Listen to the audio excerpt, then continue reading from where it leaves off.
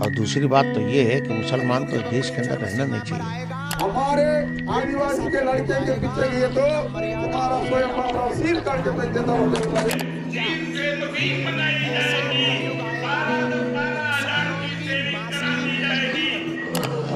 December 2021 is the last date for Christian Tender Islam in this country.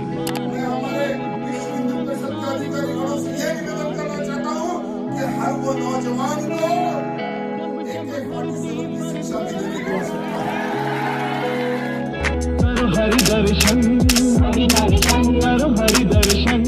नमस्कार दोस्तों, आज हम ऐसे मुद्दा पर बात करने जा रहे हैं जो हमारे समझ के लिए एक अनमोल सीख देता है। रिलीजन या धर्म के प्रति अधिक समर्पित हो जाना और अपने छोटे से धार्मिक बबल में बंध जाना, ये कितना नुकसानक हो सकता है, यह हमें सोचना चाहिए।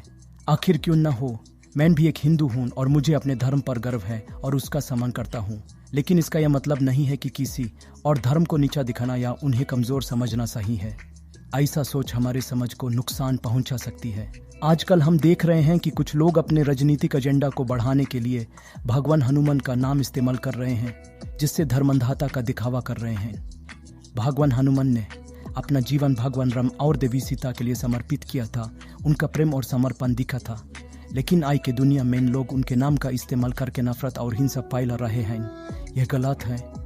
अब हमारे पास एक मौका है अपने दिमाग का इस्तेमाल करने का। किसी को उनके धर्म, जाति या लिंग के आधार पर सपोर्ट करने से पहले प्रेम से कुछ भी पवित्र नहीं होता। इसलिए चलो नफरत न फैलाएं, बल्कि प्रेम को फैलाएं। भारत एक डेवलपिंग देश है और यहाँ बहुत सी चीज़ें सुधारने की ज़रूरत है, जैसे बेहतर शिक्षा प्रणाली, बेहतर स्वास्थ्य सुविधाएं, समान अधिकार आदि। तो चलो इन चीज़ों पर ध्यान दें, नफरत फैलाने की जगह। और याद रखें, प्रेमी सबसे पवित्र होता है। हनुमान जी भगवान राम और माता सीता के प्रेम के प्रतीक हैं। ये मानता क्या?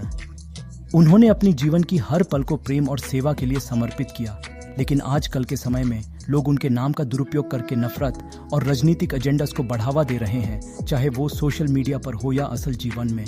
हनुमान जी रामायण के महान युद्ध में माता सीता को लंकापति रावण के असुरिक शक्तियों से बचाने के लिए लंका जाकर उनका सहायक बन गए। उन्होंने माता सीता की खोज में लंका तक पहुंचकर उनके साथ समय बिताया और उनका साथ दिया।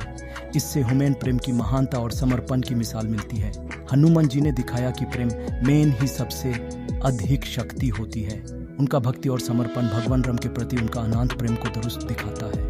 हनुमान जी ने दुनिया को यह संदेश दिया कि जब प्रेम और सेवा एक साथ होते हैं तो कोई भी मुसीबत पार कर सकते हैं। लेकिन आजकल लोग हनुमान जी के नाम का दुरुपयोग कर रहे हैं। सोशल मीडिया और असल जीवन में उनके नाम का इस्तेमाल नफरत को बढ़ाने और राजनीतिक एजेंडास को सफलता देने के लिए होता है। बोलते हैं भाई बहन है तो नंबर मांगते हैं, उनके माँ बाप को बुलाते हैं। वो बोलते हैं भाई बहन है तो नंबर मांगते हो, फिर माँ बाप को बुलाते हो। और मान लो भाई बहन नहीं, दोस्त हैं, तो फिर पुलिस आती है, उठा ले जाती है। पुलिस आती उठा ले जाती है। मतलब अगर मैं लोहिया पार कन्नौज में अपनी किसी दोस्त के साथ बैठा हूँ और तुम आओगे और फिर पुलिस आएगी मुझको उठा ले जाएगी। अरे सर, दोस्त वाली बात अलग होती है। फिर ये एक बोला जाता है शब्द प्रेमी प्रेमिका। मान लो मैं अपनी प्रेमिका के साथ बैठा हूँ। सर, ये प्रेमिका और प्रेमी में भी मतलब कई तरीके के शब्द आ जाते हैं। किस तरह के बताओ, तो हमारा ज्ञान वर्धन करो। यह बिल्कुल गलत है। हनुमान जी के प्रेम और समर्पण को गलत तरीके से इस्तेमाल करना उनके महान संदेश को खोता है। हनुमान जी ने हमेशा प्रेम और सेवा को महत्व दिया। उनका जीवन हमेशा एक उद्देश्य और लक्ष्य के साथ गुजरा और वो भगवान राम और माता सीता के प्रेम की मिसाल बन गए। हम सबको उनके महान संदेश को याद रखना चाहिए और उनके नाम का सम्मान करना चाहिए, न कि उसका दुरुपयोग करके नफरत और राजनीतिक बढ़ावा देना चाहिए। इसलिए आज के समय में हमें हनुमान जी के महान संदेश को याद रखना चाहिए और प्रेम और सेवा का पाथ अपनाना चाहिए, ताकि हम उनके असली उद्देश्य को जी सके और उनका नाम पवित्र बना रहे। हनुमान जी हमेशा प्रेम और सेवा के प्रतीक रहेंगे और हमें भी उनके महान संदेश को जीने का प्रयास करना चाहिए। हिंदू धर्म, प्रेम और स्नेह का संदेश। हिंदू धर्म हमारे देश का एक प्राचीन और महत्वपूर्ण धर्म है।